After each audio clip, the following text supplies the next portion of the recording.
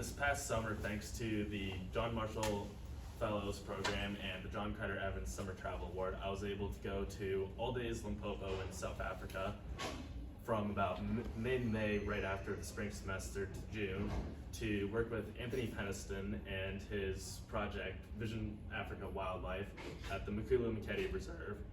And so while I was there, I was working on his project called LionWatch. And so before I start to get into more details, there are images of severely neglected lions that are in terrible conditions, as well as also just very graphic images of lions feasting. So lots of dead animals, blood, guts, the whole 9 yards. So to give a little bit of background on why Anthony started this project, there's an industry called the canned lion industry, where essentially hunters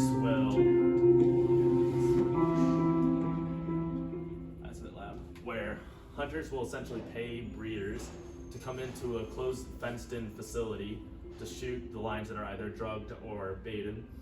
And so there would be about 13 to 14 lions living in the space that was adequate for maybe 2 golden retrievers.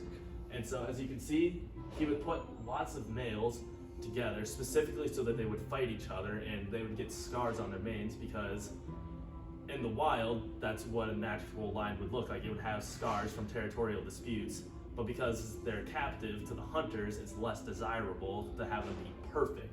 So he was purposely putting starving males together so they would fight each other and get scarred up.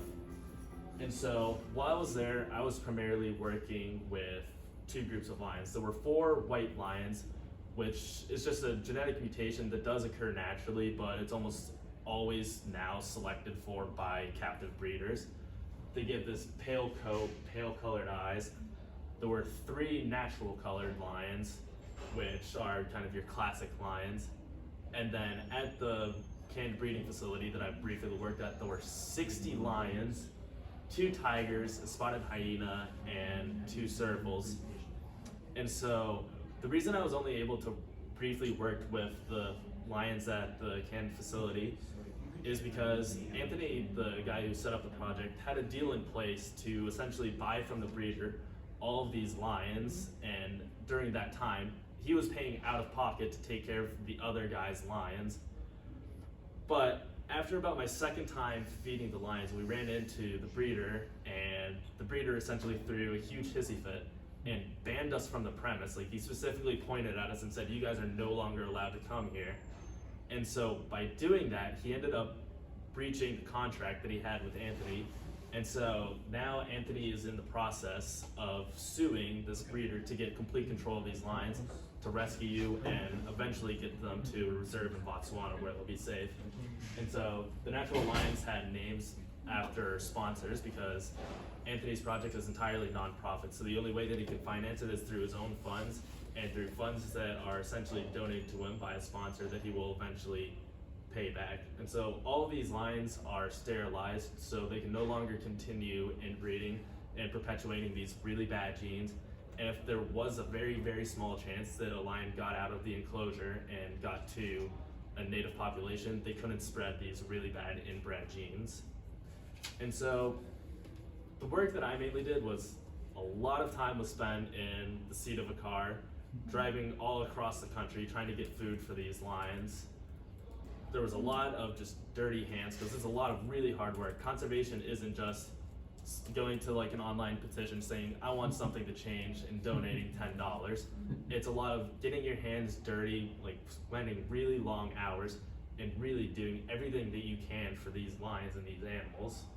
And so, as I mentioned, the food, the feeding, which was by far my favorite part of actually feeding the lions. And then I also was helping for future lions by building a brand new enclosure. And so these are some of like the images of the roads and the habitat that I was working in the African bush. And so we would spend really long hours going everywhere, mainly to get food, but we would see wildlife occasionally crossing the road, which is great. But it wasn't always to get food. There was a trip that we went to Lesotho, which is a very small and isolated country that's entirely surrounded by South Africa, where we went to a diamond mine because he has a contract building toilets for the mine, to help finance the lions. And so we had a trip that went to Lesotho, which as you can see is middle of nowhere, and I could go on about the stories from Lesotho. It was quite an experience. But to give you an idea of like how much these lions mean to Anthony, as we're coming back from Lesotho, it's kind of hard to see, but this truck bed goes from about here to there. We have it filled all the way up to there with chickens, sheep, cattle that we picked up from a farm that we were bringing back to the lions. And so we were at this gas station about 9 p.m. We continued driving for another 7 hours throughout the night until we finally got back to the reserve, where at about 4 p.m., the very first thing that we did when we got back was we fed the lions. We didn't go to bed, we didn't brush our teeth, we didn't do anything. The first thing we did when we got back was to feed these lions, because they're what matters. Like, Anthony's life is almost entirely devoted to saving these lions now. And in addition to like the dirty hands, we are also picking up the fencing enclosure. So as you can imagine, any kind of outdoor work, building stuff, your hands are gonna get dirty. But to give you an idea of like, those are the crates that sometimes the chicken would be in from. This is from a croc farm. And so there was like a third of them were rotten and just oozing and disgusting. They smell horrendous. Like, you can imagine sticking your hands elbow deep into that and then chucking the chickens to lions so they can eat. Not a most desirable experience, and I really don't like chickens as much anymore. But the feeding was amazing because you could see these lions do what they have evolutionarily evolved to do, which is crush bone with their teeth, tear through flesh with their claws. And I wish I had recordings of the sounds, because the sounds of the lions are incredible. There's nothing like it. And that's not even going into mention as I'm trying to fall asleep in my tent and I can hear them roaring and calling to each other in the middle of the night at like 2 a.m., which is a completely wild experience that I never would have imagined. And so you can see just, they're gorgeous animals. Like, they're so incredible. And they also give really good photo opportunities when they're eating. So like, I was able to get this little peek through kind of a thorn bush where that's a zebra head. And so you get the zebra kind of looking right at you as Rudolph there is just enjoying his meal. But the lions are just so incredible, and you can see this female, like how big her teeth are. And the size of these animals is really hard to quantify. Their paws are about the same size as my face, to give you an idea of just how massive they are. And so I could keep going on and on about how great these animals are, but to give you an idea of how strong they are, that's a zebra leg, like a zebra hind leg. And that's probably about 60, 70 pounds, and they treated it like it was a chew toy. Like, they're so powerful. I saw one of the females take about, it was probably a 250, 260 pound sheep, pick it up in its mouth, and then run up a hill with it. Like, it was absolutely nothing. So they're incredible, and but you can see just how bloody they get, and they don't care. But the thing is, when they eat, it's very selective. They're not just tearing into it mindlessly. There's a method to their madness. And so they'll go for the weak spots and like work their way out. They're not just eating like ravenous animals that people might necessarily think they are. And this was probably my favorite shot that I got. We're mid-feast where the female was getting annoyed, I guess, that one of the males was trying to crowd her out. And so just perfectly mid-snarl, you can see how massive her canines are. And it was just such a fun experience getting to feed these animals, especially with like the larger groups, because essentially the way that you get them to everybody have food all at the same time is you have to throw chickens and try to hit them in the head. Because if you hit them in the head, then that ensures that that one lion will get it, because then they'll immediately like pounce and get it, and other lions can't do it. And so if you have 13 lions, there's about 4 of us sitting on the back of a truck, each chucking chickens at these lion heads, trying to get it so everybody gets it. Because if a dominant lion finishes first before everybody else has been fed, he's gonna go start taking the chickens from the more subordinate and like wary individuals. And so we have to try to make sure everybody gets fed equally. And so with the enclosure, a lot of the materials we got were donated from like other fences that have been taken down, and then we had to go haul, put everything into like a trailer. And so basically I ended up destroying my hands working on this project, because there's a lot of wire work with barbed wires, particularly just shredding my hands, like tightening the wires, pulling them out. There were metal droppers that basically it was sticking into like crooks of trees, trying to bend and get them straight. putting stuff into the ground, help setting wooden posts. So there's a lot more effort into putting up a fence than you would actually think. And so I wasn't there when they completed the fence, but I think it was like the week after I was there, they completed it. They moved the white lines to this enclosure. So you can see how just healthy and good these lines look like compared to the lines at the breeding facility prior to Anthony's taking over. So he's really doing amazing work. And this enclosure is minimum 4 to 5 times larger than the breeding facility. So they have about, I can't do the math of 100 times 100, but they had an enclosure with that much. They had a dry riverbed that they could go sprawl out into and lounge. They had kind of more hilly, mountainous areas, so they had areas for enrichment so they could get proper exercise, because that's one of the hardest parts about captive lions and lions that can't be out in the wild is you can get them eating healthily so that they're as healthy as their bodies can possibly be, but to get that muscle tone and definition that you would see in a wild lion is hard because they're not out hunting. And so moving them into these larger enclosures where they have more varied environments is really important to getting them to be in the closest to their wild selves that they can be.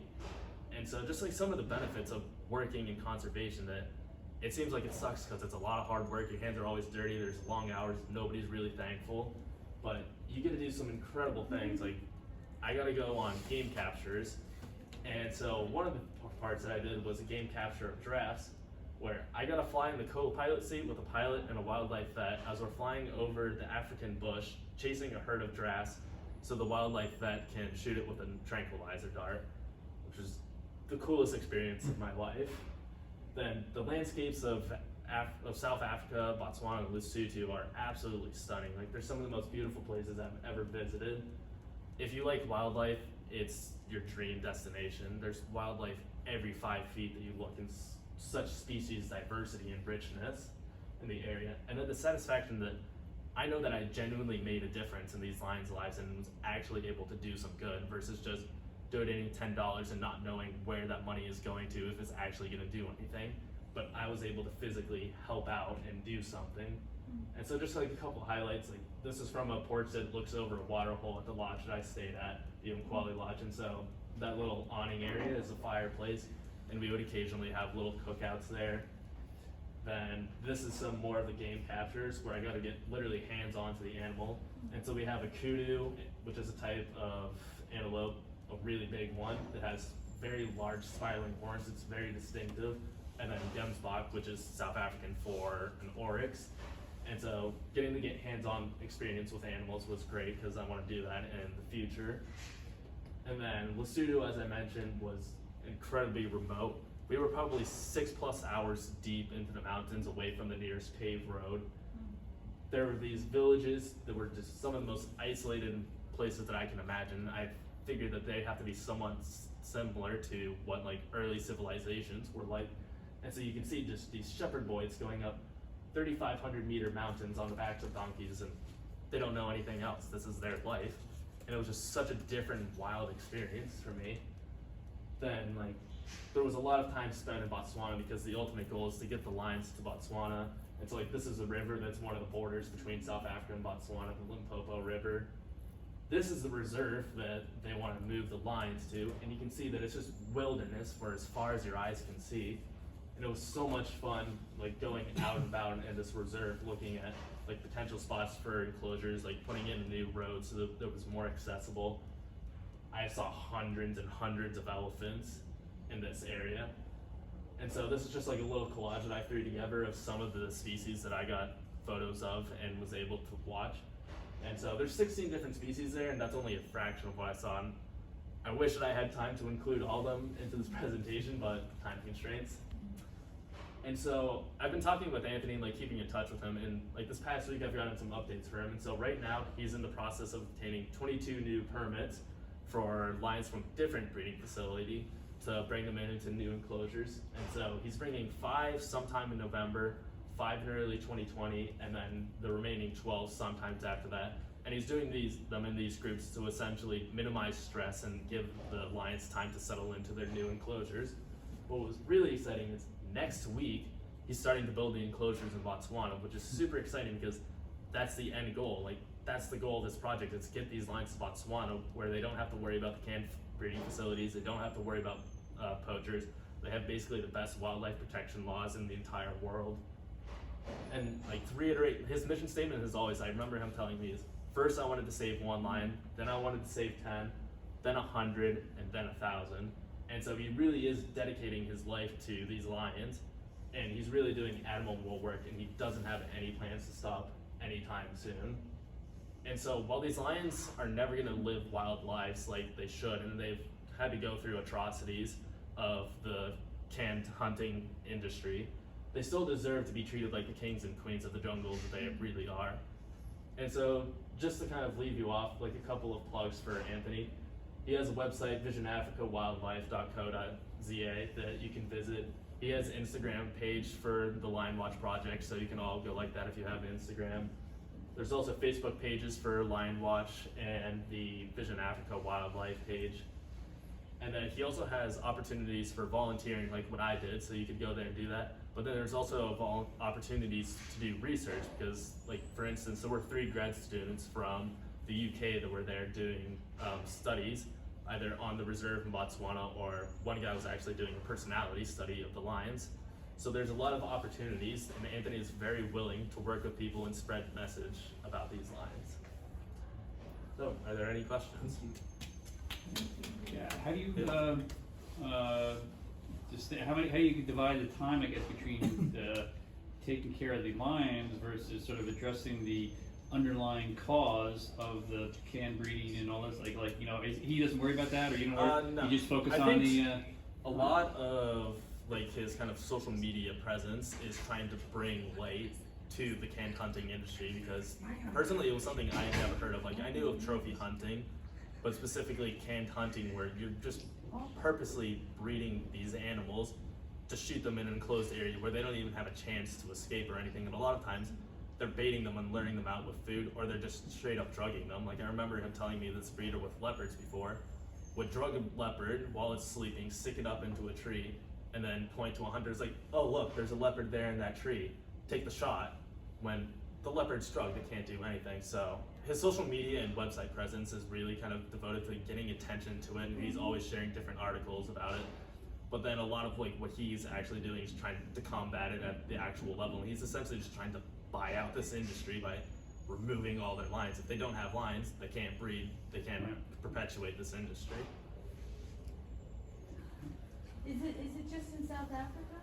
I mean, I guess. No, it's basically any, I wouldn't say any like country in Africa, but any place where there is a desire for trophy hunting and there's money to be made, or money on the black market to be made, like selling the bones illegally to the traditional medicine like they think that this breeder is doing, there's the potential for this to happen. But I just learned about it in South Africa. Thanks. Thanks very much. Yeah, we have to Thank move on to our next you. meeting.